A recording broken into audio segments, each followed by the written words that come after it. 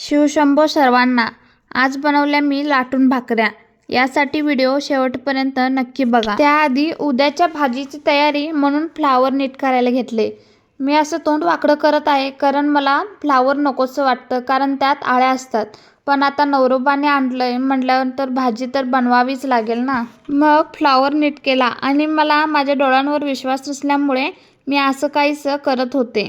गरम पाणी करून त्यात मीठ टाकून 10 मिनिटांसाठी फ्लावर ठेवून घेतले. त्यानंतर भाकरीच्या तयारीला लागले. पीठ थोडं जुनं असल्यामुळे भाकरी येत नाही हे मला माहीत होतं, म्हणून जास्त उतवणी घालून छान अशी कणिक मळून घेतली.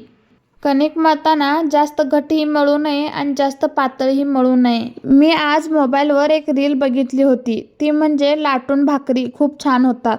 मग मी पण लाटून भाकरी करायचा निर्णय घेतला. एक पिठाचा गोळा घेऊन त्याला छान असं लाटून घेतलं आणि त्यानंतर पचवून घेतलं. मला अशी भाकरी जमत नाही, म्हणून म्हटलं लाटून तरी बघावं जमते काय. करायला खूप सोपी आहे. माझी भाकरी फुगली नाही म्हणून मला खूप वाईट वाटलं, पण पहिलाच प्रयत्न होता. नंतर ह्यापेक्षा चांगलं बनवायचा प्रयत्न करेन.